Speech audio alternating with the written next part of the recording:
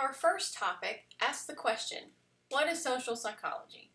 Social psychology is defined as the scientific study of the way that the thoughts, the feelings, and actions of people are influenced by the real or imagined presence of other people. Social psychologists really study how the society influences us, the effect that words have, actions, or the mere presence of someone else will have on our behavior, our feelings, our thoughts, and our attitudes. Social influence includes the direct attempts to persuade others, like in advertising, as well as more subtle ways in which others have an impact, like the effect of the mere presence of others on our behavior.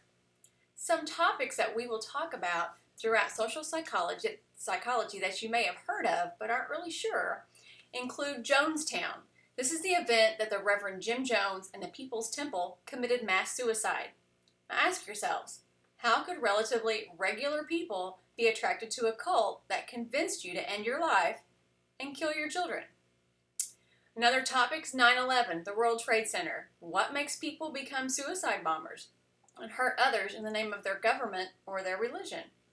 Kitty Genevieve, a young girl in New Jersey who was brutally stabbed and cried out for help over and over again.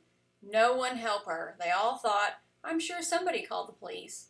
The attacker came back, stabbed her some more, ended up killing her, and still nobody called the police. So why do people just sit back and let things happen? The Soccer Riots. Why do fun-loving supporters turn into vicious fans? The Stanley Milgram experiment. People shocked another person with electric shock just because someone in authority told them to do so. And finally, the Stanford prison experiment, where college men signed up for more than they bargained for when they ended up in an experiment turning them into sadistic prison guards, while others were turned into weak and meek, frail prisoners. There are so many interesting things in social psychology, and this is just a small list of some of the things that we will talk about.